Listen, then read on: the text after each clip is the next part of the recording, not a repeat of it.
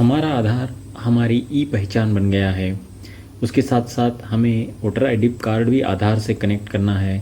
और पैन तो already income tax departments ने कुछ भुगतान करके या कुछ चार्जेस लगा के हमें आधार से पैन लिंक करने के लिए बोला गया है।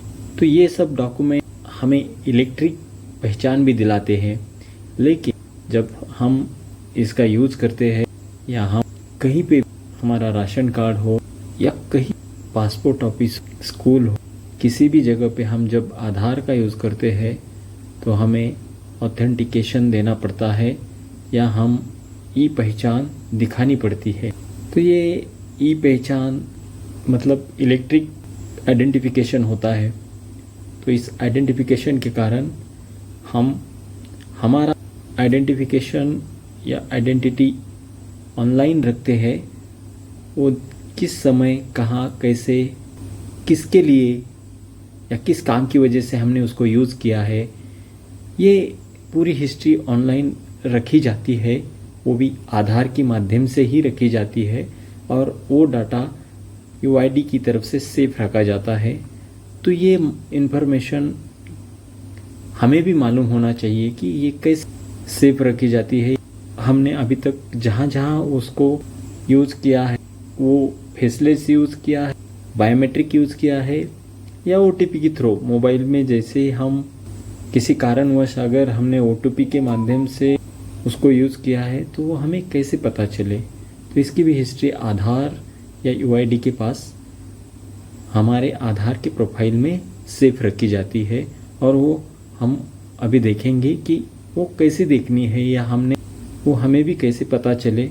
तो चलते हैं डैशबोर्ड पे। जैसे हम यूआईडी के साइट पे आएंगे तो हमें यूआईडी वो ऑथेंटिक वेबसाइट पे आना है, उसको क्लिक करना है। उसके बाद वो वेबसाइट ओपन हो जाएगी। उसके बाद वेबसाइट ओपन हो जाएगी, हम यहाँ क्लिक करेंगे। जैसे ओपन हो जाएगी हमारे सामने डैशबोर्ड हमारे सामने ऐसा डैशबोर्ड आएगा। इसको हमें क्लिक करना है। जैसे हम क्लिक करेंगे तो हमें वेलकम टू माय आधार के प्रोफाइल पे आना है, वहाँ हमें लॉगिन करना है। जैसे हम लॉगिन करेंगे तो हमें हमारा आधार नंबर जो 12 डिजिट का है उसे यहाँ मेंशन करना है। उसके बाद कैप्चा फिल करना है। जैसे हम कैप्चा फिल करेंगे तो हमें सेंड ओटीपी पे क्लिक करना है। हम सेंड ओटीपी पे क्लिक करेंगे तो हमारे मोबाइल पे जो आधार लिंक मोबाइल है जो हमने करवाया है उस पर एक ओटीपी आ जाएगा। जैसे हम यहाँ ओटीपी फिल करेंगे तो लॉगिन करना है। जैसे हम लॉगिन करेंगे तो हमारी प्रोफाइल हमें यहाँ दिखाई देगी। इसमें आधार डाउनलोड का ऑप्शन है। पीवीसी कार्ड जो स्मार्ट कार्ड हम मांगते हैं या ऑर्डर करते हैं आधार के माध्यम से, वो मांगने का या परचेस करने का भी ऑप्शन है। हम आधार में एड्रेस अपडेट कर सकते हैं।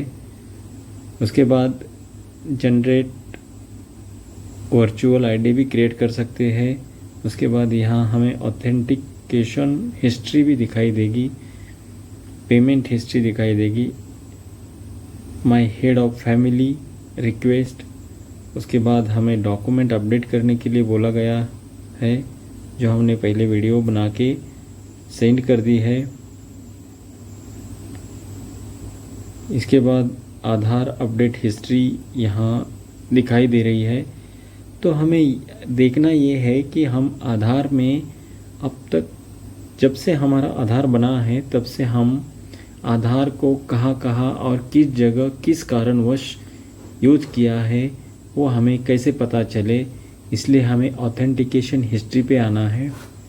यहाँ बताया गया है कि Aadhaar number holder can view details in 50 authentication record perform by any authentication user agency और by him her in the last 6 month. मतलब अभी से पीछे 6 मंथ तक हम पूरा रिकॉर्ड देख सकते हैं।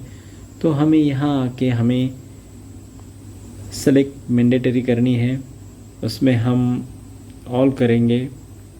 ऑल के बाद हम यहाँ आएंगे, जो स्टार्ट डेट हमें कब से देखना है, तो हम पीछे जाएंगे 1 जनवरी से या 25 जनवरी से देखेंगे, क्योंकि हमें 6 मंथ के ड्यूरेशन के बीच में ही ये देखने को मिलेगा। तो हम 25/1/2023 सेलेक्ट करेंगे और फिर आज की डेट हम सेलेक्ट करेंगे। तो ये पूरा ड्यूरेशन 6 मंथ का है। ऑथेंटिकेशन हिस्ट्री पे क्लिक करेंगे। जैसे हम क्लिक करेंगे तो हमारे सामने ये डिटेल आ जाएगी। Your select has result in 22 authentication. उसमें हम OTP के माध्यम से 78.95% यूज़ किया है। उसके बाद हमने बायोमेट्रिक यूज़ किया है 5.26% और फेसलेस यूज़ किया है 15.79%। मतलब ये OTP के माध्यम से, बायोमेट्रिक के माध्यम से और डेमोग्राफिक के माध्यम से। तो हमने कहाँ किस टाइम, किस कारण, किसके लिए यूज़ किया, तो यहाँ सीरियल नंबर दिखाई देगा, यहाँ डेट टाइम दिखाई देगी, यहाँ मॉडिलिटी दिखाई देगी, यहाँ स्टेटस दिखाई देगा, यहाँ AUA नेम दिखाई देगा। मतलब किस रीज़न, किस कारणवश हमने यूज़ किया या किसके माध्यम के लिए यूज़ किया। यहाँ हमें ट्रांजैक्शन ID दिखाई देगा, यहाँ हमें रिस्पांस कोड दिखाई देगा, यहाँ हमें एरर कोड दिखाई देगा। तो हमने अभी तक देखिए यहाँ सभी जो हमारे आधार को मोबाइल नंबर लिंक है उसी पे OTP सेंड करके ज़्यादातर हमने यूज़ किया है। DIT गवर्नमेंट ऑफ महाराष्ट्र, उसी टाइम हमने बायोमेट्रिक यूज़ किया है, शायद ये एग्ज़ाम के कारण होगा। उसके बाद हम यहाँ से हमने कितनी बार हमारी प्रोफाइल भी चेक कर सकते हैं। मतलब हमारी टोटल हिस्ट्री 6 मंथ का ड्यूरेशन के टाइम में किस टाइम कहाँ कितनी बार यूज़ किया है ये भी दिखाई देगा। देखो यहाँ डेमोग्राफिक है 3 बार, ये 4 बार, यहाँ सब OTP के माध्यम से है। उसके बाद हम नेक्स्ट में क्लिक करेंगे 3 पे, तो हम यहाँ OTP भी दिखाई देगा और डेमोग्राफिक भी दिखाई देगा। टोटल स्टेटस से सक्सेसफुल है। ऐसे हम हमारी हिस्ट्री डाउनलोड भी कर सकते हैं, यहाँ से ऑप्शन है। तो हमारा यहाँ जो भी हिस्ट्री हमने अभी तक हमने आधार को जहाँ यूज़ किया है, हम वो हिस्ट्री भी डाउनलोड कर सकते हैं। यहाँ से देख सकते हैं, हम हमारी हिस्ट्री देख सकते हैं। देखिए हमने अभी हमारी हिस्ट्री डाउनलोड की है। देखिए ये हमने यहाँ दिखाई देगा ट्रांजैक्शन, ऑथेंटिकेशन ट्रांजैक्शन हिस्ट्री, जहाँ हमने आधार को यूज़ किया है। मानो फेसलेस होगा, OTP के माध्यम से होगा या डेमोग्राफिक होगा। जहाँ हमने यूज़ किया है वो किस रीज़न की वजह से यूज़ किया है ये भी दिखाई देगा। देखो यहाँ एम्प्लॉय प्रोविडेंट फंड के लिए यूज़ किया, UID ऑनलाइन सर्विसेज के लिए यूज़ किया, UID RGI इंटरनल के लिए यूज़ किया, नेशनल इंफॉर्मेशन सेंटर के लिए यूज़ किया। फिर यहाँ हमने DIT गवर्नमेंट ऑफ महाराष्ट्र के लिए यूज़ किया, इधर UID ऑनलाइन सर्विसेज के लिए यूज़ किया। तो ये ऐसी हिस्ट्री हमें दिखाई देगी।